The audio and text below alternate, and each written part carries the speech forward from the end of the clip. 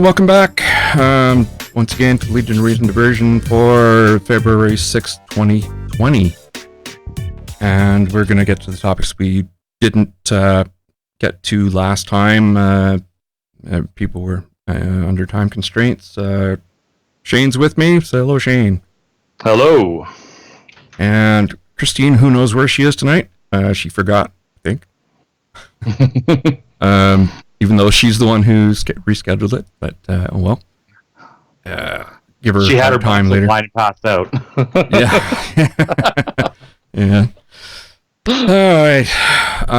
What do you got on the docket today? We're going to go back to the. I promised I wasn't going to talk about the thing I got off my chest last time anymore. So I will keep that promise. I'm going to skirt it a little bit, but there's a assisted dying bill that should be being tabled this month, hopefully, and in the House of Commons. And we, as usual, look at usually what it is the Catholic doomsayers are out there in force saying, "Oh, you've got to put that foreseeable death thing back in there, even though the Supreme Court's going to crucify you if you do." These people are just dumb. They want things that they can't have. Too late. That ship is, I'd say it's sailed, but it's really the Titanic. It sank. Deal with it. Deal with it. I mean, it's just idiocy. Anyway, but what do you expect? I mean, these people are experts in what? Bullshit? Yeah. And brought you the whole concept of redemptive suffering. I mean, it's one of the most despicable things that I've ever heard. Have you seen any vocal secular opponents of assisted dying? Never. Yeah, everything I hear is Catholic. In a mostly. video that is almost certain to be demonetized. Why did this start? I don't want. It was Tim Pool. Anyway, go. Yeah, there's really no. Well, what is their secular argument against assisted dying? And it's the only one that I've heard is that they say, "Oh, family members are going to pressure Granny to end it sooner because they want to be relieved of the burden." Yeah, because no doctor has ever encountered that before and doesn't know that. Jeez, I mean, come on. That's why you have. You're supposed to talk privately with the person under your care, and those safeguards are there. Even if there is found to be one that goes through the cracks, I mean, we don't ban surgery because somebody dies under anesthesia. Right. It's no system is perfect. That doesn't mean you throw all the babies out with the bathwater. Yeah. That's yeah. The current safeguards are, as far as I'm concerned, just fine. So anyway, this Justice Minister David Lametti. Oh, let's go put the browser up. Let's see if there is a browser. No, of course not, because I'll put say. Let's see. I'll go in here and I'll get a new browser window. Or is it actually, the window capture? I mean, it's just bear with me for a minute here. No, that's not what I wanted. It will come up. It always goes to that. Okay, where is it? Here it is. Okay, anyway. David Lametti says that the new assisted dying bill, and remember that a Quebec appeals court ruled that the foreseeable death clause violated in both the federal legislation and Quebec's separate legislation, violated the Charter of Rights and Freedoms. And so a questionnaire was sent or posted on the Government of Canada website, and something like 250,000 people responded to it, which is pretty good. But not everybody is happy with. Here, let's go here. This is David Lametti talking. My goal is to get a draft bill in front of the House of Commons during the month of February, and then we'll see. We'll see where we are in terms of our colleagues around the table in the House of Commons and across the aisle, see what kind of support we have for the bill that's there. We haven't ruled out the possibility of asking for an extension, like as if the Supreme Court is going to give that to them. I really doubt it. Their patience has been sorely tried already. But talk about beating a dead horse. This is a foregone conclusion. Yeah, anybody. How long has it been since they legalized it in like the Netherlands? Like, 10 about years? No, 20. Okay. Wow, yeah. Good 20 years there, and Switzerland, and they have. Not only do they have the best MAID laws in the world, they also have the best palliative care in the world. So this argument that we should be investing more into palliative care rather than medical assistance in dying, and it's like it's not an either or. Yeah. So the countries that are highest on what's called the quality of death index are places like Switzerland, Sweden, the Netherlands, and places like that. And it's one of those things that is going to come whether you like it or not. It's truly progressive ideas. It's going to come no matter, whinge and whine all you want, as the religious authorities do. It's not going to do anything. It's coming. The government commissioned 3 independent reports on things like the advanced directives, like living wills. And, Wilson Raybould, the former justice minister, just ignored everything. I think her personal... She's the one that went independent, right? Yeah, after the SNC Lavalin thing. Yeah. And everybody's, what a wonderful woman. I'm like, no, I've never liked her. No. Not at all.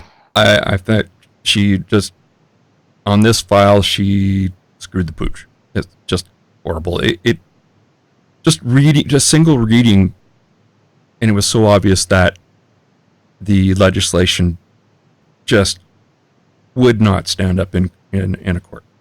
And yeah, what? Yeah, I don't know.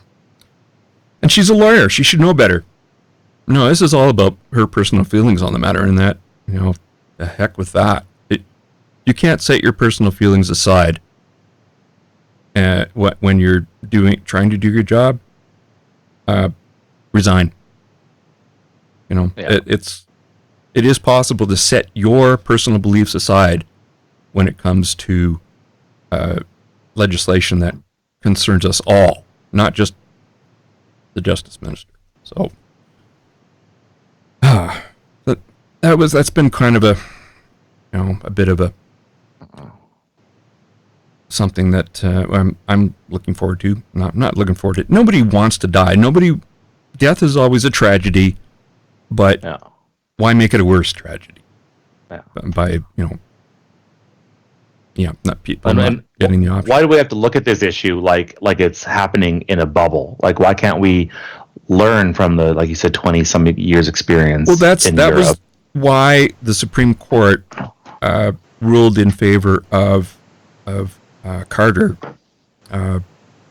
There was a challenge in the 90s, and the Supreme Court said that they didn't have enough data to make an assessment of whether this is something that would be good for Canadians. And that was understandable at the time, but so they left the door open to further challenges.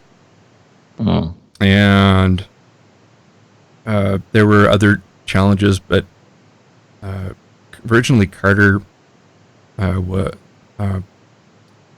didn't get very far because only the Supreme Court can overturn a previous Supreme Court decision. But it eventually got to the Supreme Court. Carter won. I believe she went to Switzerland, which is the only country which allows outsiders to obtain assistance in dying. Mm. I don't think any other country does that.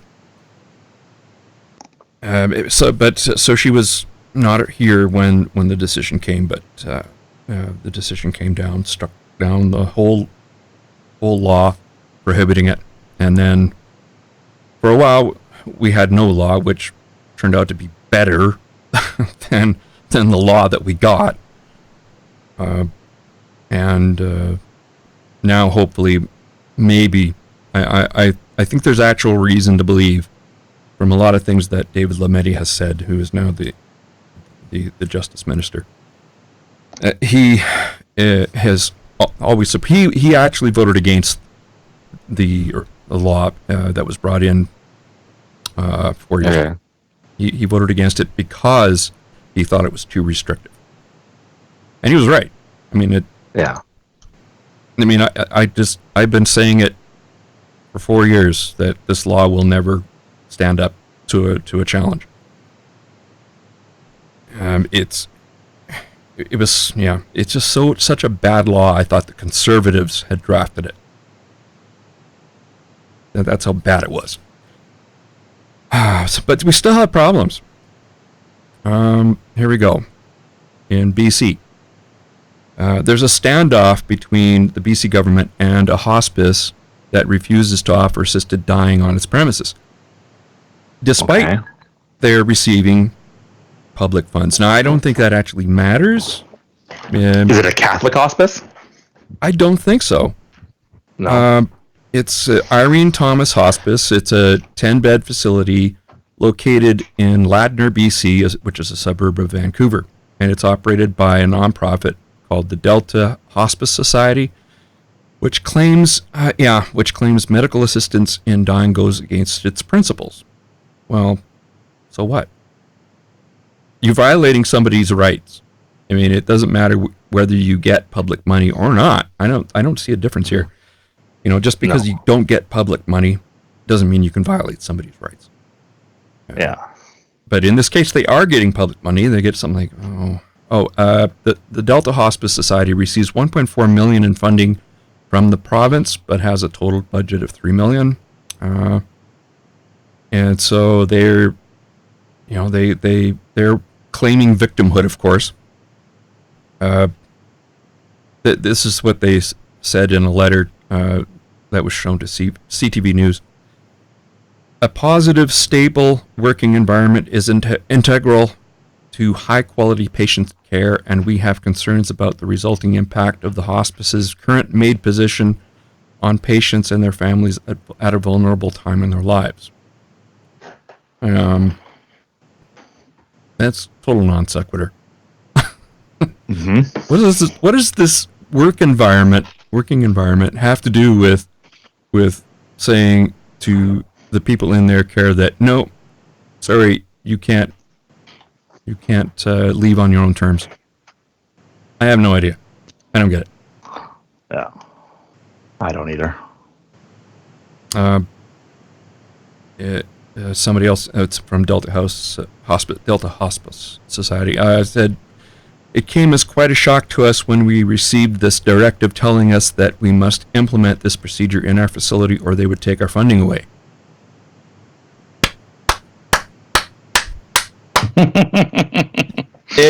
Exactly what? If it should even be, honestly, if they still refuse, you take over the hospice. Yeah. There is precedence for that in Canada. I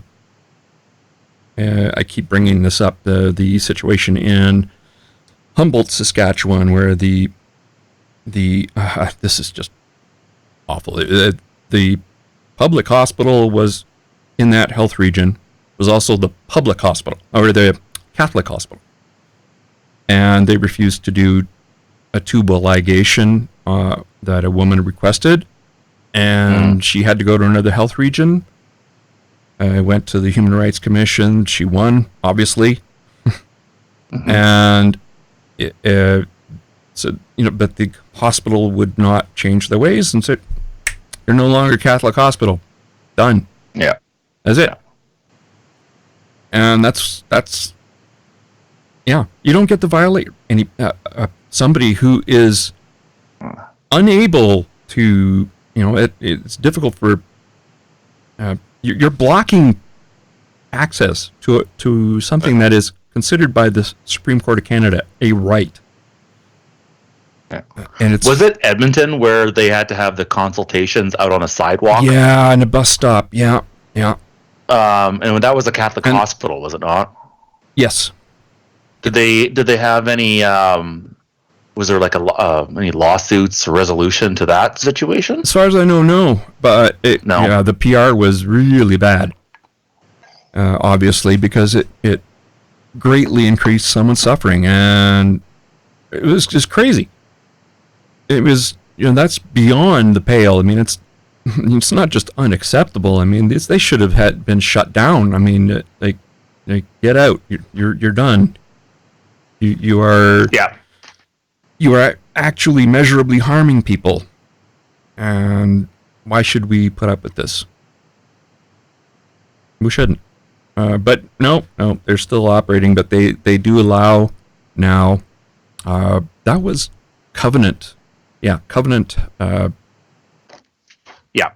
I can't remember the Covenant Care. Yeah, something like that. And they operate most of the palliative care beds in Edmonton.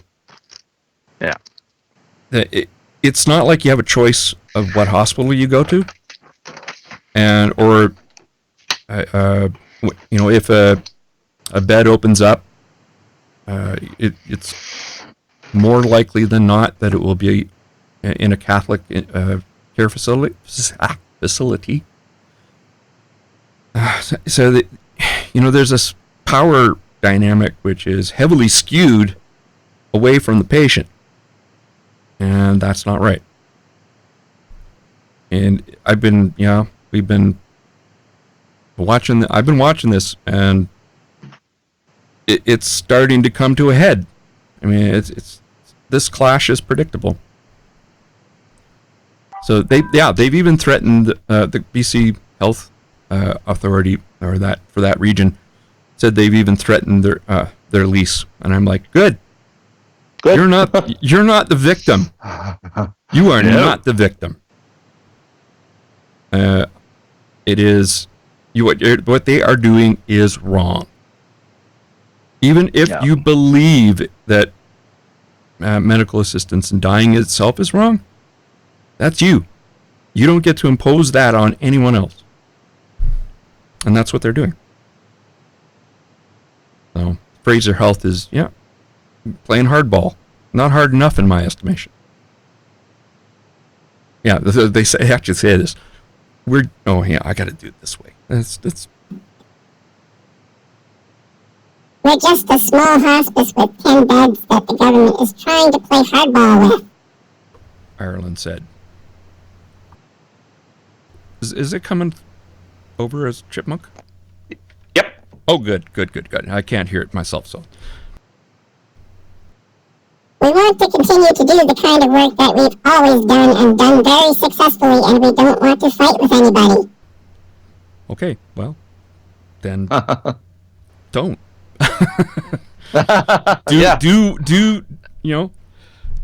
Do what? Accept social change. Yeah, exactly. Accept it. It's here. It's not going anywhere. Yeah. No, here this thing. Palliative care means the focus of care providers is not on curing an individual, but making them as comfortable as possible while they deal with a serious condition or illness, until it fails. mean, what do you do then? I mean, palliative care is not a panacea, right? It doesn't always work. And what do you do for them? Well, obviously nothing. Lots of opiates and Exactly. That's not living anymore. That's existing. And it's just there is a time when quality of life is just not there, and it's not coming back. And they say this. We have bylaws, and within that it says we do not hasten death. We are a palliative care organization, and we do everything we can to improve the time that the person has left. And like I said, what do you do when that fails?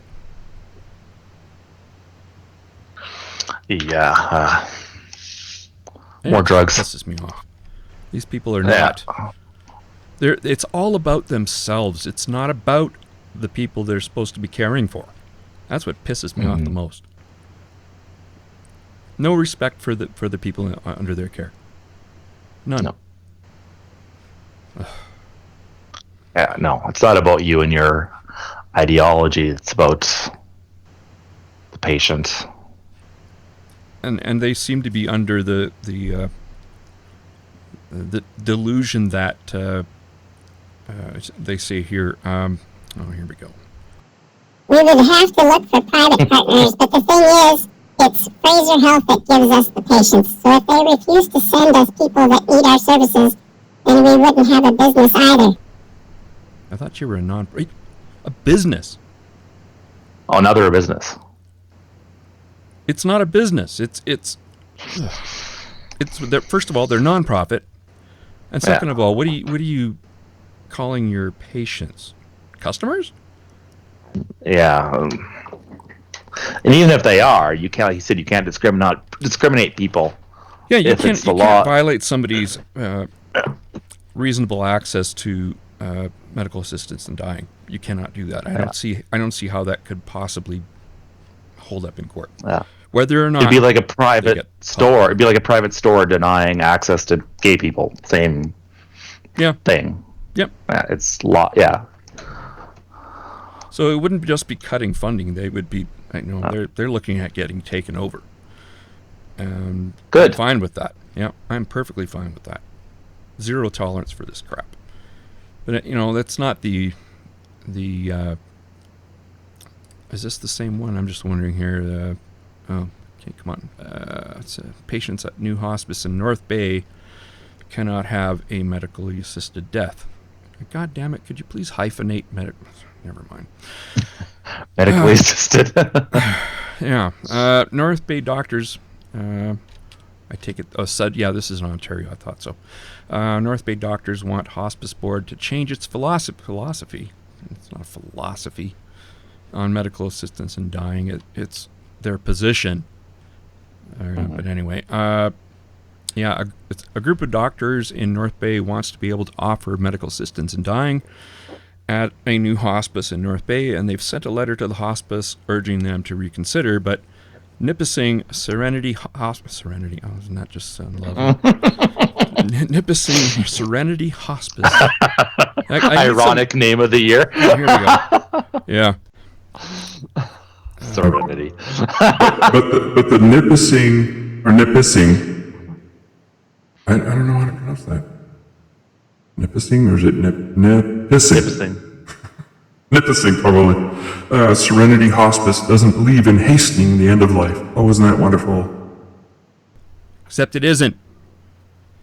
Dr. Michael Leckie said MAID is available at home or in hospital, and he thinks it should be available at the hospice as well. Of course it should be.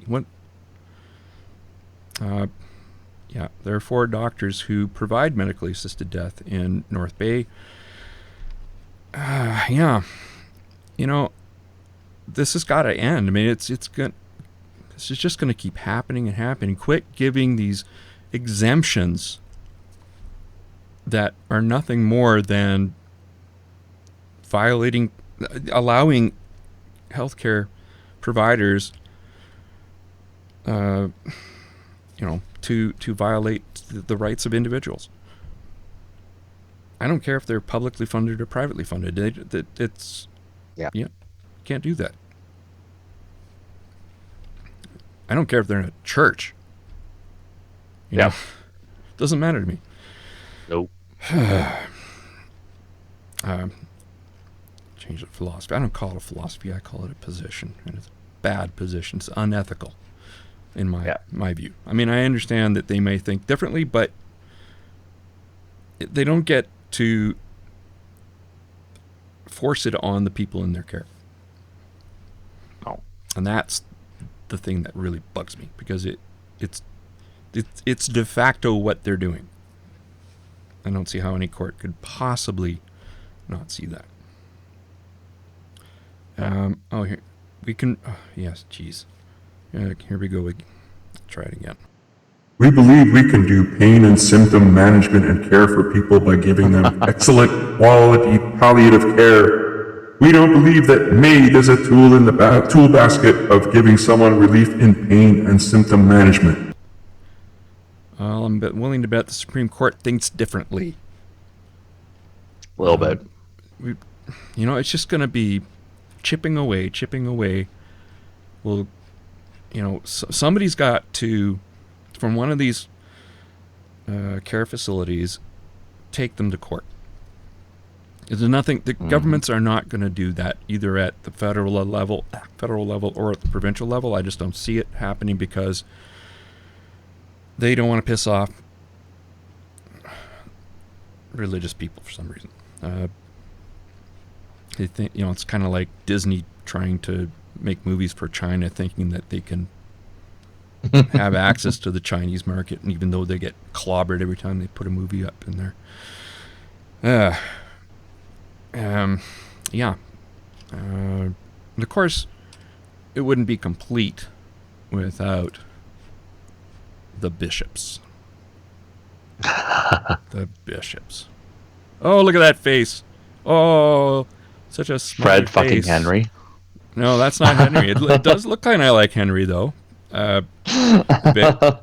This is actually an Edmonton Archbishop, Richard Smith. Oh, they all look the same. Yeah, they kind of do, actually. Well, I don't know. They all look like Jonathan Price like and two popes. Yeah. Did you ever watch that? I haven't watched it. No. I'm not even remotely interested in seeing that. And I know that the actors in it are fantastic, but it's not from like an irreverent perspective. It's too respectful of the institution. Exactly. Not interested. Yeah. Yeah. So no, not going to go anywhere near it. Yeesh. So the bishops of Alberta and Northwest Territories are calling on Catholics to mobilize, onward Christian soldier, and oppose euthanasia and assisted suicide, even as the federal government looks to make it easier to qualify for medically induced death. Go government! Anyway, this is what Archbishop Richard Smith has to say. We are absolutely opposed to euthanasia. Whoops, nope, gotta do that again. We are absolutely opposed to euthanasia and assisted suicide, and we disagree vehemently with its very existence in the country.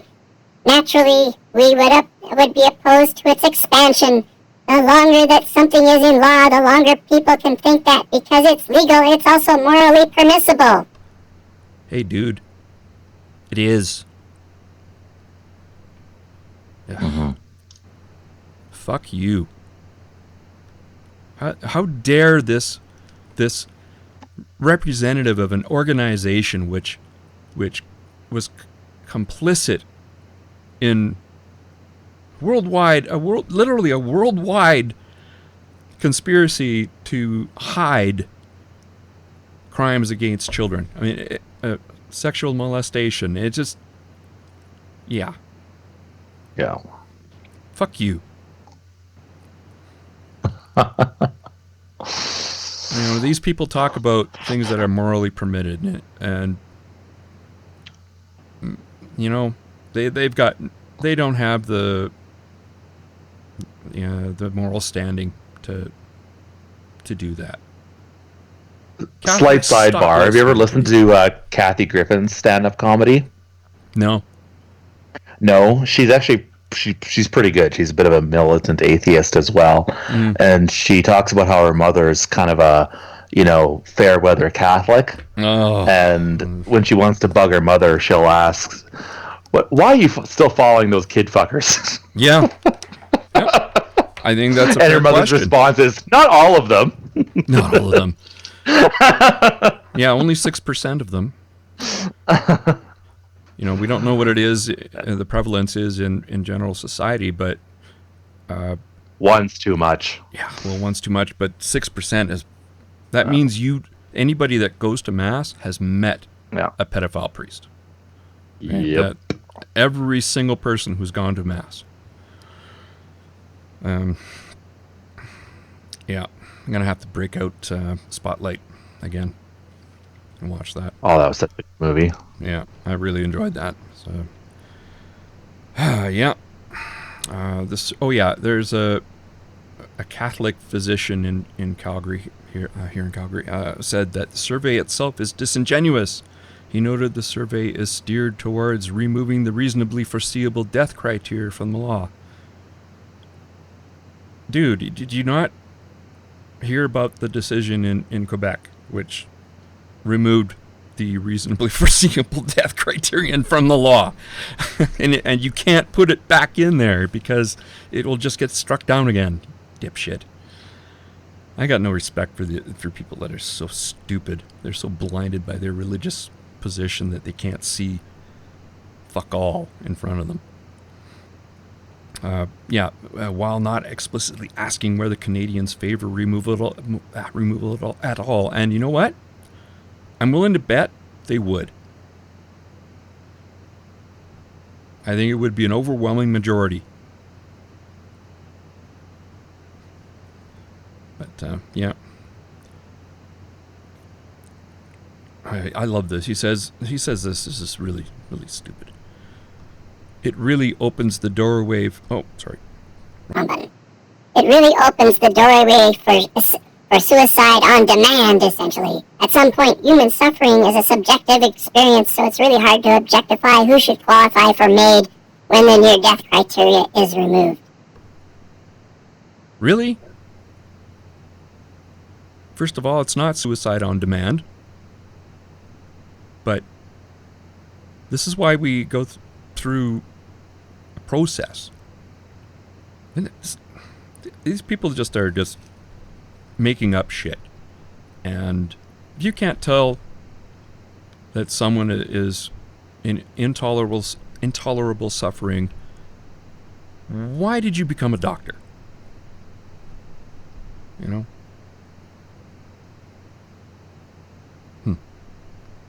You still there? I think I'll Yep, sorry. I had you on. I had myself on mute for a second so you wouldn't hear me typing. Oh, okay. So despite Canadian Medical Association Code of Ethics and other provincial association guidelines to protect conscientious objectors, there is really nothing legal that is helping us to advance our case in court. Yeah, well, you know what? Yeah, we're losing every time we go to court. I wonder why that is. Yeah. Don't know. Spend more money fighting the inevitable. Yeah, and I think we're seeing a pattern here. That's like the walnuts and the sledgehammer, and the walnuts are still in the bag. You're saying, hey, I think I'm seeing a pattern here. Yeah. Dude, you're not on the right side of either history or morality. Stop being a Catholic and start being a human. Fucking idiots. But yeah, it gets even more. Oh, okay, Catholic. I love this. Catholic bishops urge Trudeau to scrap changes to assisted dying legislation. These people just don't understand that they're not even treading water anymore. The ship has sank. They're in the middle of the Atlantic, and they're This is a different archbishop, Richard Gagnon. He said in a letter on Friday, the government's attempt to expand assisted death to include advanced directives. Yes? I'm going, yeah. As well as extending it to situations where death is not reasonably foreseeable is Deeply troubling. Trudeau's government is working to comply with the Superior Court of Quebec ruling that concluded it is unconstitutional to allow only Canadians who are already near death. Yeah. The Supreme Court said it was, what are the words they used in Carter v. Canada? It was words similar to inhuman to allow suffering to continue unnecessarily. And yeah, so why do these Catholic bishops think that? Well, first that they have a snowball's hope in hell. They'll find out about that, I'm sure. But they're fighting a battle that they've lost a long time ago. I don't understand this. What do they think that Trudeau could do even if he wanted? I don't get it. It's No. In his letters, Gagnon says bishops agree in principle with consulting Canadians, but a survey that was available online for only 2 weeks is insufficient. Well, the courts are getting pissed off. They're not giving you time anymore because you know what? You've had 4 freaking years. And the courts are very tired of it. They're not going to extend any of this. Would be without a law, which quite frankly I would be okay with. But yeah, anyway, I had further noted that the government received nearly 300,000 responses from the public demonstrating just how engaged Canadians are with this deeply significant issue.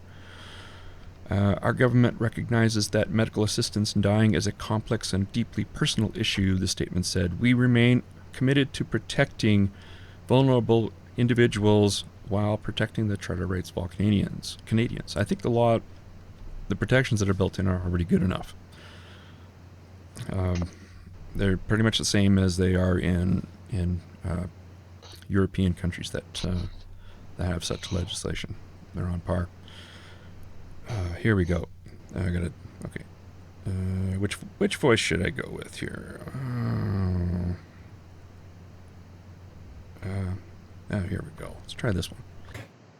The Church's ministry of healing and accompanying the sick involves national and regional networks of parishes and healthcare institutions on which vulnerable Canadians and their families rely. Dude. This is the language is English. I guess Gagnon is probably more French. But anyway, Yeah. the word "on" is missing here. And their families rely on for support and care. We visit the elderly who are lonely, isolated, abandoned, and insufficiently supported by healthcare and community services. We listen to those who gripped by physical or psychological crisis, see no reason for going on. This old trope again. Yep. This tired and false old trope. Holy crap! If my stepfather were around, he'd kick your ass, Gagnon. I mean, for him, assisted dying wasn't available, and he had to voluntarily withdraw from food and water. Which is a terrible way to go. Yeah, tell me that's better. You son of a bitch. I got no respect for them, and I have no patience. Where should I go with this one? I'm not sure if that one's going to be good. Let's go back to the baby. Sorry. We, as bishops of the Catholic faithful in Canada, call on the government to engage in a more rigorous, impartial, and prolonged study of the problems inherent in euthanasia-assisted suicide by involving those whose experience. Jesus Christ, can you freaking punctuate? I'm running out of air. I think the grammar bugs you more. It's like a whole paragraph. There's not a period in it.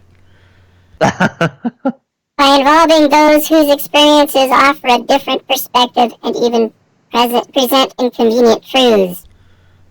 You know, your experiences, your different perspectives, you're fine to have them. But you do not get to foist those perspectives on anyone else. No. Fuck the church. This is just... No. You don't get to do this. You don't get to have your way because your way violates people's rights. So screw off. Jeez. So yeah. March 11th is the deadline for when the law parts of the law involving foreseeable death cease to be. And so they're trying to have legislation in place before then. You know what? Let's do it the way Catholics wanted us to do it. Let's have a prolonged discussion of this. So on the order of 6-7 centuries. I'm fine with that. That'd be great. You can talk till the cows come home, and yeah, no law is better than the law we have now. So, no. Yeah. We got some more bishops in here. Oh yeah. Here we go. This guy doesn't actually look like Fred Henry. Bishops. Yeah, surprise here. Bishops pan federal government's survey on expanding assisted suicide. Yeah, well, I pan the Catholic Church, so there you go. Stop listening, Catholics. Stop listening to popes and bishops and people who have no standing. They have no. They're not grounded in ethics at all. Okay, just stop listening to them. I love this. In a strongly worded letter to Prime Minister Justin Trudeau, dated January 31st,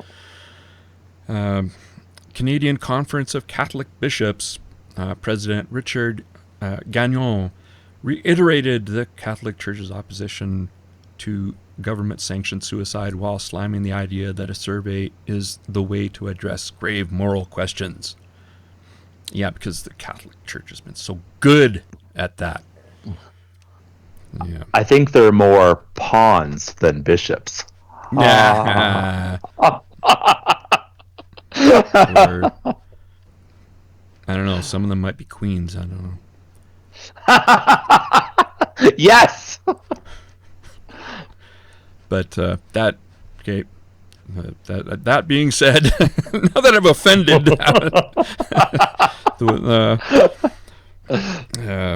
no, that was awesome. Thank you. And here's what Gagnon has to say here. It is inappropriate and superficial to use a survey to address grave moral questions concerning life and death. Grave, death, get it? Ha ha ha. Yeah, take it on the road. Preferably like Antarctica. He's actually Archbishop of Winnipeg. I almost feel sorry for him. Sorry, but I lived in Winnipeg. It's freaking cold. Yeah, try Thompson. Yeah, well, everybody looks at Churchill and thinks, "Oh, great, I'm glad I don't live there." I don't know why anybody lives in there in the winter. I understand in the summer, but it's an important port. But geez, have they rebuilt that rail line to Churchill? Yeah, I don't know.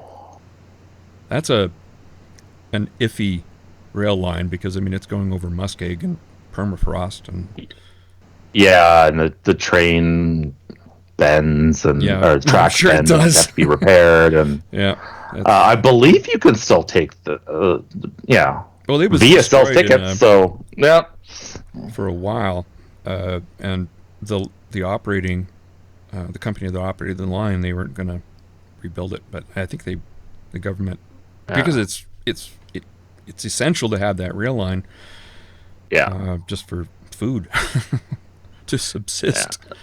The tickets and the trains are done by Via, but the maintenance of the track and everything is farmed out to a private company called Omnitracks. That happened when I was in high school. But other than that, the only other way to get to Churchill is to fly, which is ridiculously expensive. It's about a $5,000 round trip from Winnipeg. Wow. Yeah. It's kind of a odd duck location, and it would be seasonal too, I'm sure. Oh, maybe not. I guess they're flying. Yeah. No, flying you can do all year. It's just that there's one airline that does it, Calm Air. It's a Thompson-based airline, and they charge a fortune for it because they can. They're called Palm Air?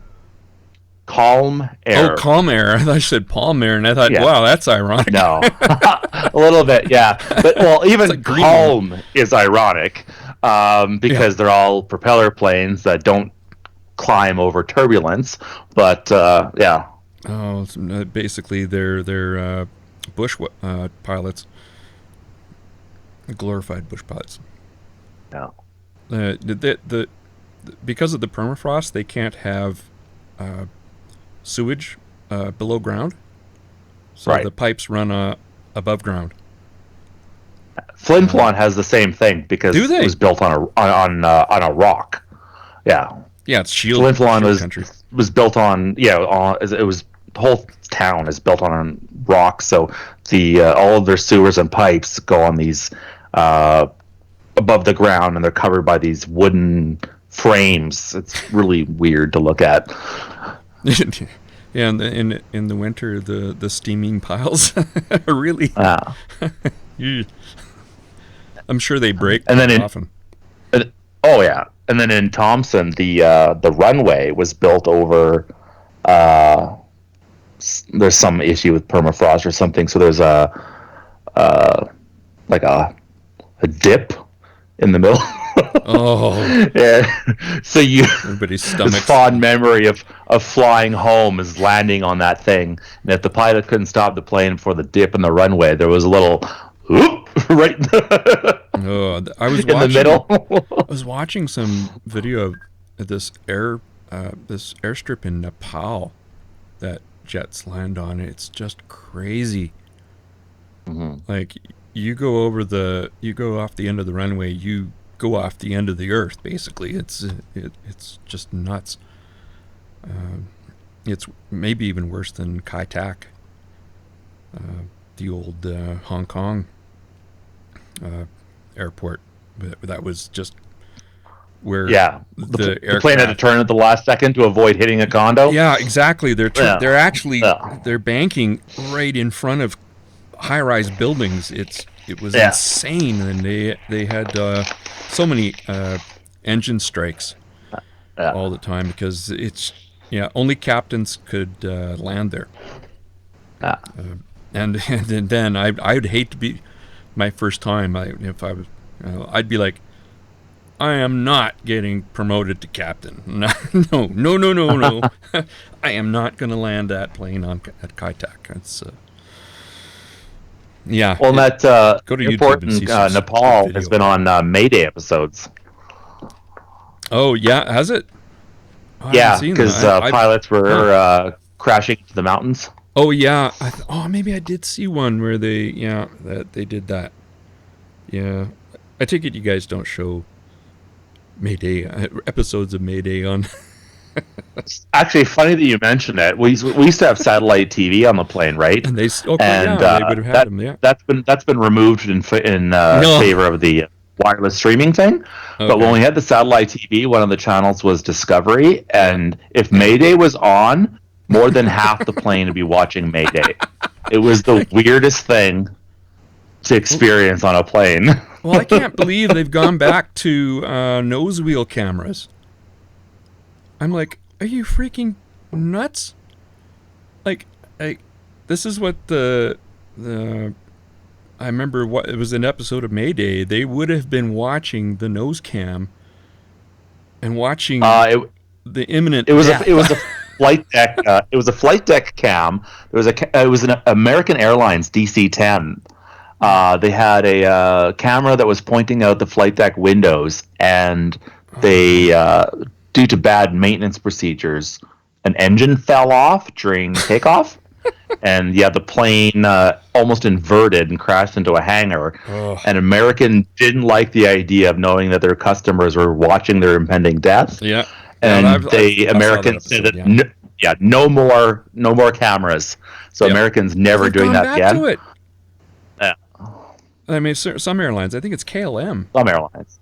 Yeah, Americans said they'll never do it again, but other airlines have tail cams, nose cams. Yeah. Like, whoa. Okay, let's just watch. What was that Denzel Washington movie where the Flight? Yeah, let's just put that on the big screen. Yeah, I don't know. I actually had fun watching the nose cam, but I don't know. It's just I don't. If something bad's gonna happen, I don't think I want to know. No, I'd rather just die. Thanks. Anyway, medical assistant. So, did I? Oh yeah. Here we go. Back to the Gagnon's letter here. Maybe I'll do it as a sermon. The government gave Canadians just 14 days to fill out a bare-bones online questionnaire on expanding MAID. Graduating high school students have more time to consider a university acceptance letter than Jesus Christ. than Canadians were given to consider monumental social change fraught with moral complexity. The government needs to take its time.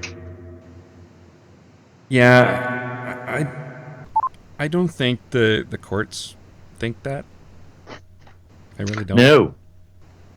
I mean, the last time they asked for an extension, they asked for 6 months and they got 3, and that was the majority decision. The minority wanted 0. Yeah, they're not happy. You don't want to piss off the Supreme Court.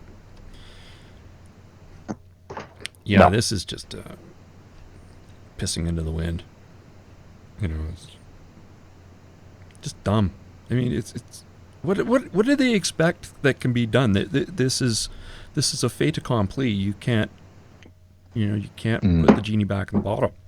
It's not going to happen. Coup d'etat! Coup d'etat! Coup d'etat! Coup d'etat! Fait accompli. Yeah. What else we got? Oh yeah, there was a Michael Corrin. He's pretty conservative, but I agree with him on this. As feds rethink MAID, remember the alternative to assisted dying isn't living; it's unassisted dying. And I'm like, yeah, that's a great way of putting it, and I'm like, that's awesome. I'm gonna have to use that. It's exactly right. It's it's just gonna keep happening because religious organizations are gonna keep dragging their feet. They're gonna keep trying to disobey the law until finally we've had enough and just completely remove them from any health care. That would be nice. I mean, you want religion in your health care, go to a public hospital and ask for a priest. Yeah. Not a problem. No one's going to say no. An old priest and a young priest. Because religion doesn't add anything to health care. In fact, it often takes away. Oh yeah, so it's a good piece in opinion piece on CBC website, and yeah, I totally agree. I think it's a good way of putting it. Where are we at here? We got we didn't start talking about the anti-vax thing. Oh, did we? We touched on that last time. We touched on it. Yeah, we didn't finish it. I don't think, but the whole it was the BC judge. We got mother and father. The father wanted his kids to be vaccinated. Yes. And the mother refused to sign off and tried to introduce into evidence at the court hearing that this quack, at least on vaccinations, Dr. Tony Lynn Bark. Oh shoot, it's not on here. Oh well. Hi Joe. Yeah, so the judge got the decision right here, but it really makes me nervous when science is being adjudicated in a courtroom. It's just not the place for it. No. Judicial appeals on vaccination can create false idea that science itself is up for debate. Yep, I agree with this assessment. I was thinking exactly the same thing. This is written by Carly Weeks. We might have covered some of the stuff that she's written before. I'm not sure. Yeah. And when judges hear a vaccination related case, they are often asked to weigh legitimate scientific evidence against testimony from vaccination opponents who are skilled at making their arguments sound credible. Like, what was that sciencey sounding term that she used? Oh yeah, vaccine adversomics. Oh jeez. Like genomics, but adversomics. Yeah, so sciencey sounding and whatever. So the National Judicial Institute, they provide education and training for judges in cases involving science, especially medicine and science.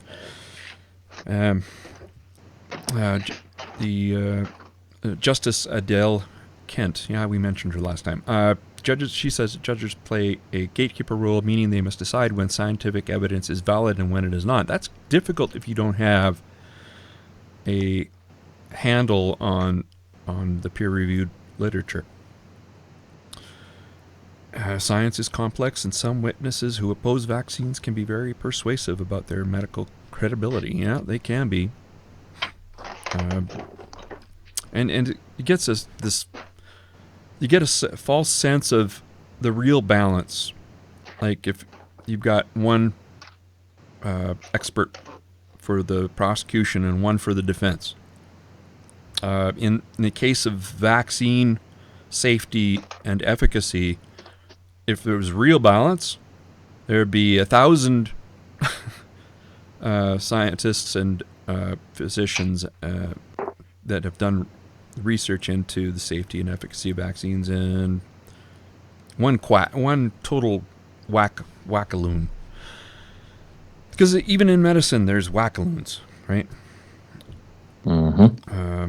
It's too bad I didn't put the dog. Have you seen Gwyneth Paltrow's Netflix special? No, I've heard. I know she put one on. I'll have to take a look at that because just for fun. I don't know how long I could stand it, but we'll see. Most people give it like about 10 minutes. That's all they can take. Yeah. Yeah, it's probably all spiritual and. Yeah. It was funny when before we got married, my wife and I went to this. The city of Calgary has this thing for people that are going to get married. It's just neither one of us got anything out of it. But anyway, this for some thing we split off into men and women, separate groups. And this one, not newlywed, but engaged woman was saying, is anybody else here spiritual? And Rhonda's thinking, where's Randy? I'd be like, it's like, I just, it depends on what depends on what you mean by spiritual. I mean, I find science and, the wonders of the universe to be inspiring and not made up shit, right? Mm-hmm. You don't need to make up crap. You really don't. I mean, you take a look at what science has accomplished, and I love going to the great courses. I've spent a lot of money there. The latest one I'm looking at is nuclear physics. So I'm looking at nuclear processes. Some of that would be in terms of like nuclear reactors. I got interested because I recently watched Chernobyl, the HBO miniseries, which was fantastic. And so I learned a lot more about some of the processes that were involved in that disaster. It's pretty interesting. They actually mentioned some things like the being in a xenon well. They don't really explain it. Xenon well is when you have a high concentration of xenon gases, which is a product of fission of uranium 235. I think it's 235. And it absorbs neutrons like crazy. It loves neutrons, and so you can't. If you shut off a reactor, you cannot start it up for 3 days because it takes 3 days for the xenon, which is itself radioactive, that decays, and then you can start up the reactor again because there's just not enough neutrons for a sustained reaction. And but in Chernobyl, they basically tried to start it up right away and pulled out all of the rods, all the control rods. And so all they had in there was the moderators. Moderators actually speed up reaction. And so but the moderators are in the middle of the pile. So the bottom and the top, there's no moderator there. It's kind of makes the flux even throughout the whole length of the fuel rods. When they tried to scram the reactor, the control rods started moving down, but the moderator was also, it's part of it is that there's a moderator in the on one end and the actual neutron absorbing rods at the top. So, but there's nothing at the very bottom, and so when they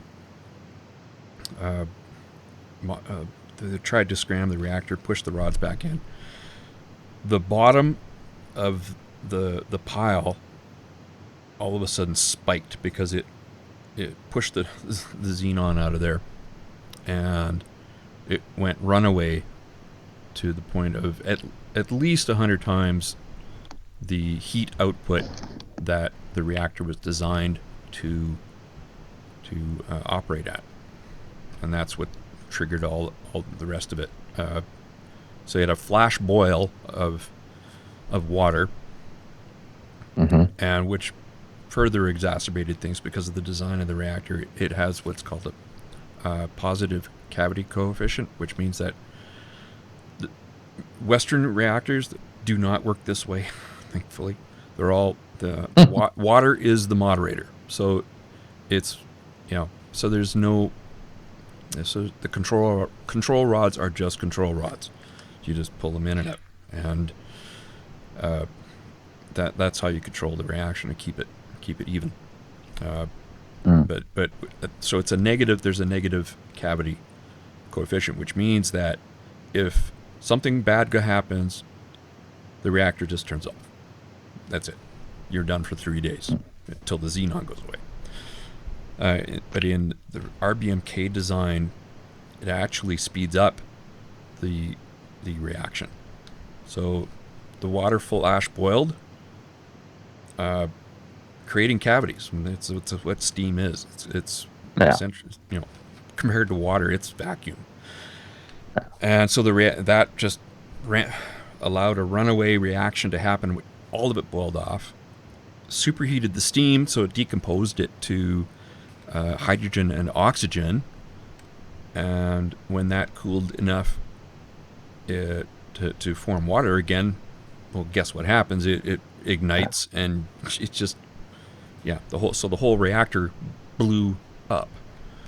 And again, there's no coolant, so now it's turned into a meltdown. And when the firefighters got there, they're dousing everything with water. Well, the water came they'd emptied the holding tanks for water, but they forgot that the firefighters were there, dousing flames. Well, the water was going back into the holding tanks. And if the meltdown had got to the those holding tanks, they estimated between 2 and 4 megaton explosion, which would have been game over for Eastern Europe. It would have been, they would have had to evacuate because the groundwater would have been contaminated for centuries. Right. The cognitive dissonance guys and the scathing atheist guys, they do a podcast called Citation Needed, and they did a whole episode on the Chernobyl disaster. It was actually pretty good. I remember when this happened, I was at a conference in somewhere, and we were just getting the first reports of radiation in the radioactive particles in the atmosphere. And we were all wondering what the hell was going on. And Soviet Union was very tight-lipped about it, but they couldn't keep it under wraps forever. Yeah, it was a shit show. And no reactor in the West doesn't have a containment building, right? I mean, those things are just so strong that you could fly a loaded plane into them, a loaded jumbo, and you just chip paint. It's interesting. I've been looking at some of the, and one of the problems, of course, is that Chernobyl and 3 Mile Island and more recently Fukushima, they've turned people off of nuclear power, but it's still the safest by far of any of the forms of generating electricity. And we really need more reactors, not fewer. But all the reactors in the West have those containment buildings. They're just you just don't put a reactor on a fault line, Just makes sense. Put it offshore on a boat. You can do that. It's perfectly, maybe making light of the size of the boat, but it's you can do that. But Germany's taking their reactors offline just when they need more. The renewables has been largely a failure in Germany. They keep adding more wind turbines and more solar panels, but they're at the mercy of the elements. If they actually generated less power last year, despite 10-15% increases in number of wind turbines and solar cells. It just wasn't sunny or windy enough. So what do you do? I mean, so you're going, they're kind of quietly going back to fossil fuels. They're not really talking about it because it's embarrassing. But like I say, if nuclear is not front and center of any energy policy, then that country is not serious about fighting climate change. Right. You can't do it. I just don't see it. And people think, well, you could just turn off the fossil fuels, and I'm like, wow, no. That would be a bad idea. Like it or not, we're still wedded to them, and the only way to get off of it is nuclear. So, Yep. that includes making solar cells and wind turbines. These things don't grow on trees. They take energy to produce. Anyway, getting far afield. It's a false balance in a court trial. It's always worrying, and I've actually heard people use the argument that, well, I think I said this last time about glyphosate. Well, glyphosate was ruled by a court that it's cancer causing, and I'm like, oh, we don't do science in a class or in a courtroom. We do it in a lab, and we certainly don't determine what is or is not science in a courtroom. Please. Like when you go to California, everything says on it, this has been found to cause cancer by the state of California. When the WHO put it put glyphosate on there as a possible cancer-causing agent, well, it's caffeine's on there too. Yeah. It's everything causes cancer. This cat is crazy. Okay. You know what? This is why I wanted Christine on tonight. I wanted to show. She's on the call, but she said she can't. Yeah. She can't. She's on the call, but she can't. I want to get a reaction for this. We talked a little bit about this last time. The dangerous rise of men who won't date woke women. It's apparently dangerous to not date woke women. I just call it smart. Yeah, it's like, maybe she could type in somewhere what she thinks of this one, because anyway. Mama, can you hear me? Yeah, it's kind of interesting. So they won't date woke women. Are they upset at that, or are they saying that it might be a loss of an opportunity to turn people woke?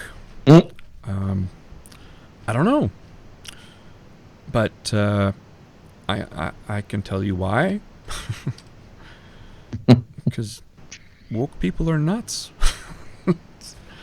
Their grip on reality is questionable. And you get this. This is one the opposite end of the spectrum. Should you shag someone with bad politics? Shag? The British term for sex. Mm-hmm. Yeah, but a headline, that's weird. All right. So which is it? Are you upset that that men don't date woke women, or are you upset with woke women who date unwoke men? It's kind of like, I don't know. It's confusing. Man, it's all moot. Yeah. I think we're finally winning the culture war, and slowly we're turning it. It's going to take another year or two before this spate of bad films ends. But your Birds of Prey is gonna not do well. No. Do you see it? No. It's not out till tomorrow night. Oh. But, there's a story that an insider has a source inside. I don't know who put out Well, it would have been DC, right? So, yeah. Somebody inside the organization is saying they've pretty much written it off. Why does Ewan McGregor? Why did they even allow him to open his mouth? I mean, he keeps saying, "Oh, it's about." I promised I wasn't going to talk about this. I was finished. Yeah. Suffice it to say that, it keeps bringing up misogyny, but it's a movie about misandry, really, because it's dealing with perceived misogyny with a baseball bat to the head. I don't know. I mean, don't give Amber Heard any more ideas, Didn't get that reference? Amber Heard. Is that Big Red? No. Amber Heard is Johnny Depp's wife, and Johnny Depp got canceled from the next Pirates of the Caribbean movie because she accused him of violence, and even his ex-wives came out and said that's bullshit. No. I didn't catch that. And audio has I've heard the audio. She's the actual perpetrator, not him. So it's it's interesting. He's a very non-violent person, and so I wonder if Disney. No, Disney's not gonna apologize. And the only thing that was any good about the Pirates of the Caribbean movies was him. Mm-hmm. The rest was just crap. It was. Yeah, he made those good movies. Well, yeah, they weren't good movies. Okay, they were just bad. But that's Disney. Yeah.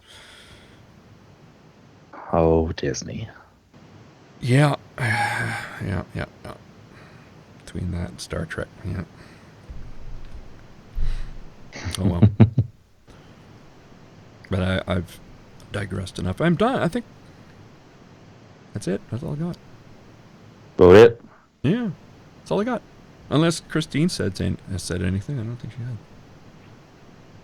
No. Oh well. She says it's Skype issues, but I still think it's a box of wine. I'm trying to find the any key. That's a bad joke. Yeah. Simpsons.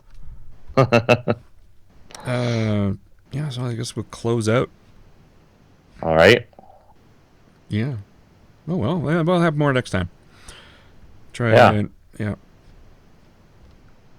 and maybe we could have. She could have phoned in. Oh well, but anyway. Yeah. So, say good night, Dick. Good night. You've been listening to the Legion of Reason diversion coming to you from Alberta, Canada. If you enjoyed this episode, consider subscribing to our bi-weekly podcast on iTunes and other podcatchers. Even better, subscribe to our YouTube live sessions where you can join in on the discussion. Thanks for giving us a listen. Music and other sound effects under license from audioblocks.com. God, what the hell is going on with